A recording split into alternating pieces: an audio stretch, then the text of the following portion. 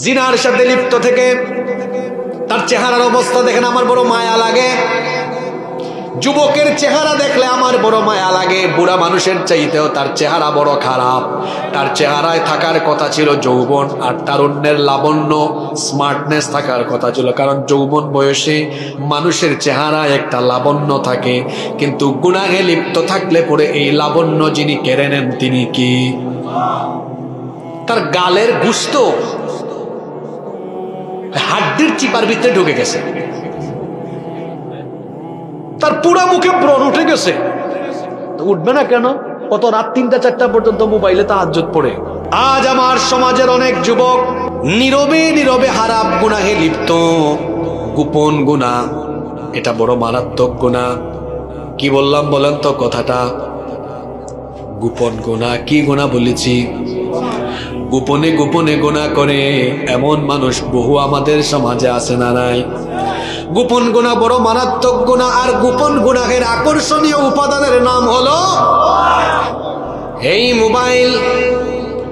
এটা বড় আকর্ষণীয় উপাদান, গুনাহের বড় চমৎকার আকর্ষণীয় উপাদান। আল্লাহর নবী বলেছেন কিয়ামতের ময়দানে এমন বহু ব্যক্তি নেক আমল নিয়ে দাঁড়াবে। তিহামার শুভ্র পর্বতমালার কথা নবীজি হাদিসে বলেছেন। আল্লাহর নবী বলেছেন তিহামার শুভ্র পর্বতমালার মতো, সাদা পর্বতমালার মতো পর্বতের সমান নেকি নিয়ে কোনো যুবক হাজির হবে, কোনো বান্দা হাজির হবে, কিন্তু এক মুহূর্তেই তার সকল আমল বালু হয়ে উড়ে যাবে। জিজ্ঞেস করা হলো ওই ব্যক্তিটি কে? আল্লাহর নবী বললেন এই হলো সেই ব্যক্তি যে ব্যক্তি প্রকাশ্যে ভালো কাজ করে, কিন্তু একাকী নীরবে নিভৃতে যখন যায় তখন সে হারাম বা গোপন গুনাহ করে। আর এই গুনাহে লিপ্ত বেশি যুবক। এখন তো গুনাহের বহুত উপাদান আছে, Facebook, Messenger, WhatsApp, Instagram, TikTok, আরো কত জানি কত কি বের হয়েছে এখন। এগুলোতে দেখা যায় জরিনা সকিনারে খোঁচায়, জরিনা সকিনা খুঁজে ওখানে জিনা করে, জিনার উপাদানে সে আচ্ছাদিত হয়ে তার এই ভরা যৌবনটাকে সে নষ্ট করে ফেলতেছে। জিনা হলো একটা মারাত্মক গুনাহ। এজন্য আল্লাহ তাআলা বলছেন ওয়ালা ইয়াজনুনা ওয়া মান ইয়াফআল যালিকা ইয়ালকা আসামা। জিনা করো না, কারণ এটা হলো অত্যন্ত মারাত্মক অপরাধ। ইউদাআফু লাহুল আযাবু ইয়াউমাল কিয়ামাহ। এটা যারা করবে কিয়ামতের দিন তারা দ্বিগুণ শাস্তি পাবে। ওয়া ইয়াখলুদু ফীহি মুহানা, এবং সেখানে তাদেরকে চিরস্থায়ীভাবে লাঞ্ছিত করা হবে। ওয়া ইবাদুর রাহমানিল্লাযীনা ইয়ামশুনা আলাল আরদি হাওনান ওয়া ইযা খাতাবাহুমুল জাহিলুনা ক্বালু সালামা ওয়াল্লাযীনা ইয়াবিতুনা লিরাব্বিহিম সুজদান ওয়া কিয়ামা।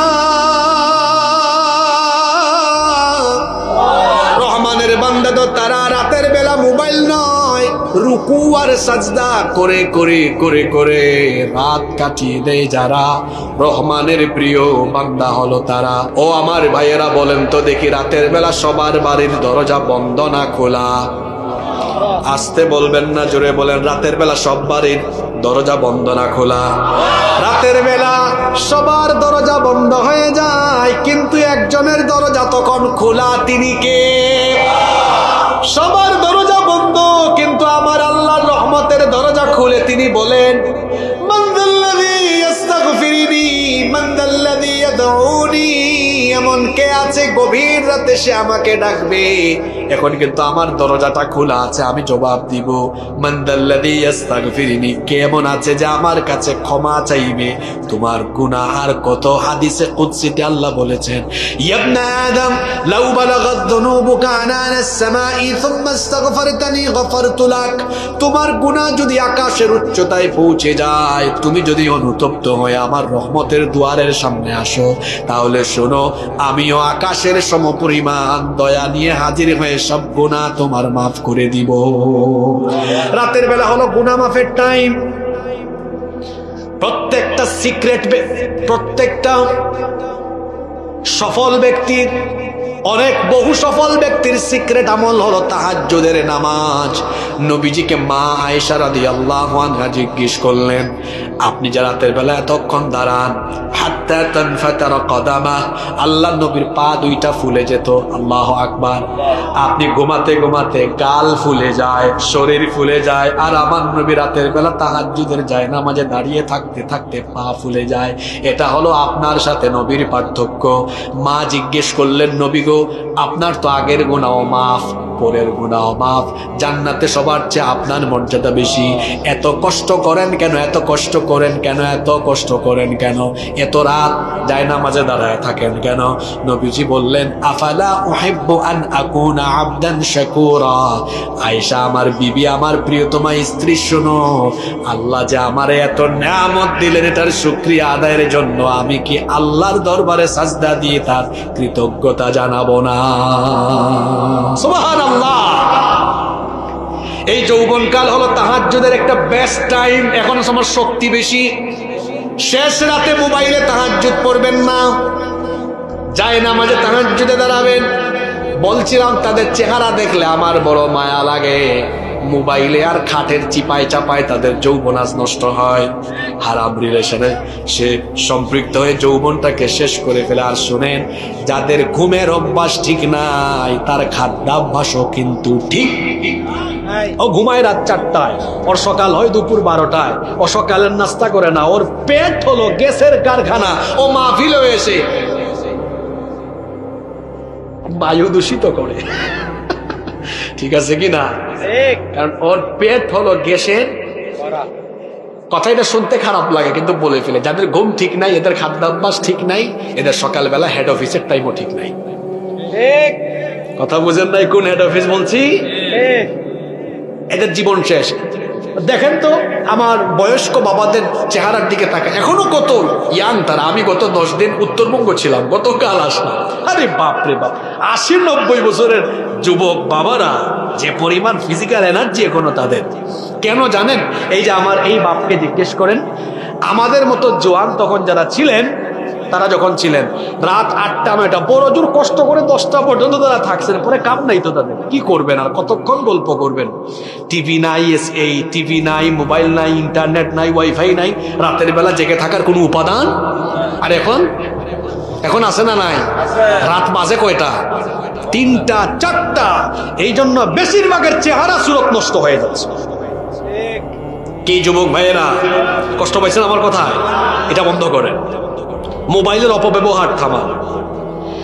এই বয়সটা আপনাদের এমন, আল্লাহ রসুল কত মহব্বত করেন আপনাদেরকে। আল্লাহ রসুল কি বলে গিয়েছেন আপনাদেরকে শুনেন। হাদিসটা বুখারীতে আছে, মুসলিমেও আছে। মাইয়াদমানলি মা বাইনা লাহইহি ওয়া রিজলাইহি আদমানু লাহুল জান্নাহ। যে যুবক তার দু চোয়ালের মধ্যবর্তী জায়গা, অর্থাৎ জিহ্বা, দু উরুর মধ্যবর্তী জায়গা লজ্জাস্থান, এটির হেফাজত যারা করবে, লজ্জাস্থানের অপব্যবহার অর্থাৎ হারাম সম্পর্ক থেকে বেঁচে যারা নিজের চরিত্র ঠিক রাখবে, আমি রসুল বললাম আমি কিয়ামতের ময়দানে তার জন্য আমি নিজে জান্নাতের জিম্মাদার হব।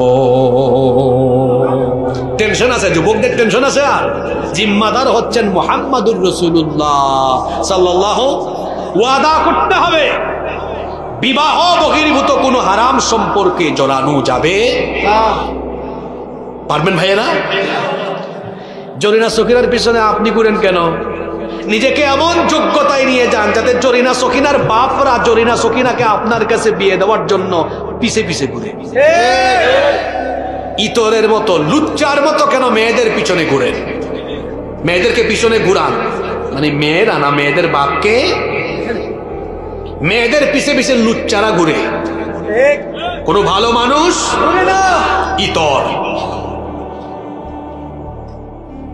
আপনি যে আরেক বেটার মেয়ের দিকে তাকায় আছেন, লজ্জা করে না আপনার? ঘটনা একটা বলে শেষ করবো, বলবো। নবীজি সাহাবীদেরকে নিয়ে বসে আছেন, এক ব্যক্তি এসে বলতেছে, আল্লাহ রসুল, আমি তো রাস্তাঘাটে নারীদেরকে দেখলে আমি আর ঠিক থাকতে পারি না, আমার মনটা চায় জিনা করি। সাহাবীরা অবাক, রসুলকে এই কথা বলে, এত বড় সাহস তার। কিন্তু তিনি তো বিশ্ব মানবতার নেতা, নেতৃত্বের কোয়ালিটি ছিল তার মধ্যে, আল্লাহ দিয়েছেন এটা, সুবহানাল্লাহ। তিনি তো আমার আপনার মতো বদমেজাজি না। তিনি আদর করে তাকে ডাকলেন, তুমি আমার কাছে আসো। সুবহানাল্লাহ। একদম কাছে বসালেন, বসায় বললেন, আচ্ছা দেখেন ট্রিটমেন্ট কেমন হয়, ট্রিটমেন্টটা কেমন হয়। সব জায়গায় মেজাজ দেখায় ট্রিটমেন্ট হয়। আচ্ছা, যদি রাস্তায় তোমার স্ত্রীর দিকে তাকায় কেউ তোমার মতোই তার খায়েশ জাগে, কেমন লাগবে গো? এটা হইতেই পারে না, আমি এটা চাই না। আল্লাহ রাসূল বললেন, যদি তোমার মেয়ের দিকে কেউ এরকম তাকায়, কি বলেন, তারে ধরে ফেলবো। তোমার মার দিকে কল্লা উড়াই ফেলবো একদম। আল্লাহ রাসূল বললেন, তো তুমিও তো যার দিকে তাকায় তোমার খায়েশ জাগে, ওইটাও তো কারো না কারো মেয়ে, কারো না কারো স্ত্রী, কারো না কারো মা হতে পারে। তো নিজের জন্য যেটা খারাপ লাগে, মাইন্ডসের বেলায় কেন এত ভালো লাগে? সাহাবী বললেন, তওবা করলাম, আমি বুঝতে পেরেছি, আমি এখন থেকে আমাকে আল্লাহর পথে রাখবো। সুবহানাল্লাহ। যুবক ভাইয়েরা, রাস্তায় যে মেয়েটি যায়, আপনার বোনের দিকে কেউ যদি এরকম করে, কেমন লাগবে আপনার? বলেন কেমন লাগে, বলেন কেমন লাগে? তো সে কি কারো বোন না? নিজেকে, নিজের কেরিয়ারকে সুন্দর করার চেষ্টা করেন, চরিত্র ভালো করেন। বিয়ের সময় যখন হবে, এবার বাবা মার প্রসঙ্গ আসে, মোহরানাকে সহজ করে দিবেন। বিয়েটা সহজ হোক, আমাদের সমাজ থেকে জিনা বেবিচার বন্ধ হয়ে যাবে ইনশাআল্লাহ। কয়টা কবিরা গুনাহ নিয়ে আজকে আলোচনা করলাম? দেখি বলেন। 1, আল্লাহর সাথে। 2, পিতামাতার। 3, ফরজ নামাজ, নামাজ ছাড়বেন আপনারা। 4, মানুষের হক। 5, জিনা ব্যভিচার থেকে সেফ থাকা। যে 5টা কথা বললাম, এই 5টা রোগ আমাদের সমাজে নাই গো। আছে? আছে? সমাজ বাদ দেন, প্যান্ডেলের ভিতরেই আছে। আল্লাহ এই রোগ থেকে আমি সহ আমাদের সবাইকে হেফাজত করেন। সময়ের কারণে বলতে পারলাম না, এটা 5 দিন 6 দিন একটানা ধারাবাহিক তাফসীর মাহফিল হলে তখন এই যে আজকে 5টা শেষ হইল, কালকে 6 নম্বর থেকে শুরু হইতো, কালকে আরো 5টা বলে পরের দিন 11 নম্বর থেকে শুরু হইতো। এইভাবে করলে পরে চালানো যায়। যতগুলো বললাম আল্লাহ এগুলো সহ বাকি সব কবিরা গুনাহ থেকে আমাদেরকে হেফাজত করেন। আমিন।